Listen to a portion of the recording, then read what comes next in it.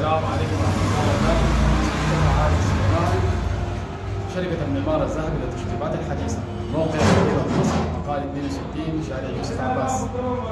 الموقع عبارة عن تأهيل كامل للشقة، غرفتين، سكن، حمام ومطبخ.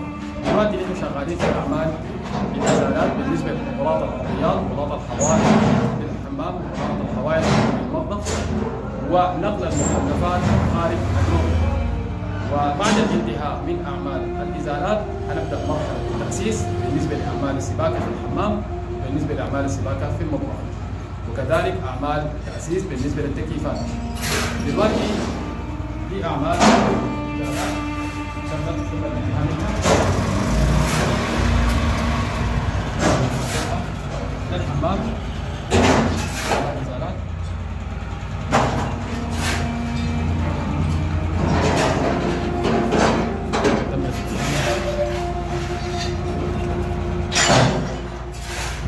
مع الإزالات بالنسبة للغرفة.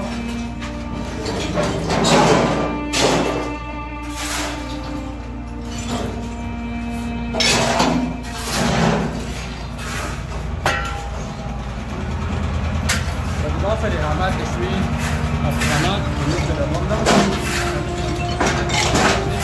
برضه هذه الاعمال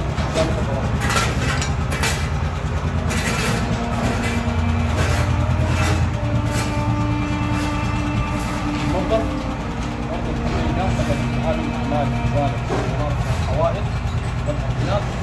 من بعدها حنبدا مرحله تاسيس السباكه